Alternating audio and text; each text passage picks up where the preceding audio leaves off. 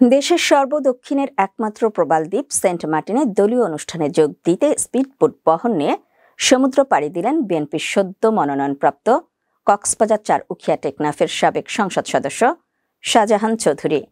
এক ঝাঁক নেতাকর্মী নিয়ে তিনি ৪ নভেম্বর সকাল ৯টার দিকে টেকনাফের শাহপরীদ্বীপ জেটিঘাট দিয়ে সমুদ্র পথে সেন্ট মার্টিনের উদ্দেশ্যে রওনা দেন।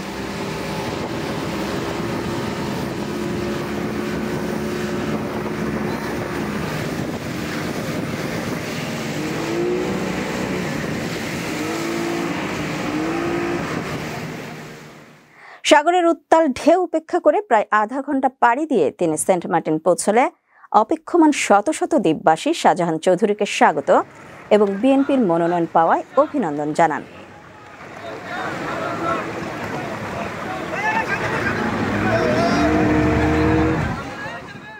এ সময় টেকনাফ উপজেলা বিএনপির সভাপতি অ্যাডভোকেট হাসান সিদ্দিক, উপজেলা যুবদলের আহ্বায়ক মোহাম্মদ কায়ুম, উপজেলা বিএনপির প্রচার সম্পাদক গিয়াসউদ্দিন সহ বিভিন্ন ওয়ার্ডের নেতৃবৃন্দ তার সফর সঙ্গী ছিলেন।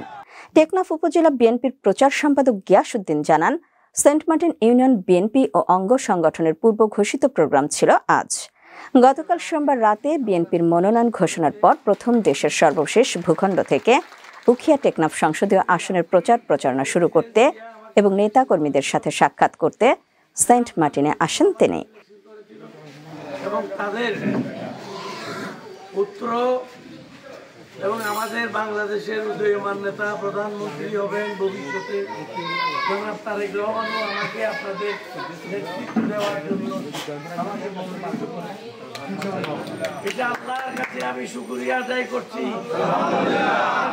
তথ্য সূত্রে জানা গেছে, সেন্ট মার্টিনের একমাত্র হাসপাতাল পরিদর্শন করেন এবং মেডিকেল ক্যাম্পের মাধ্যমে দ্বীপের হত দরিদ্রদের মাঝে ঔষধ সামগ্রী বিতরণ করেন তিনি।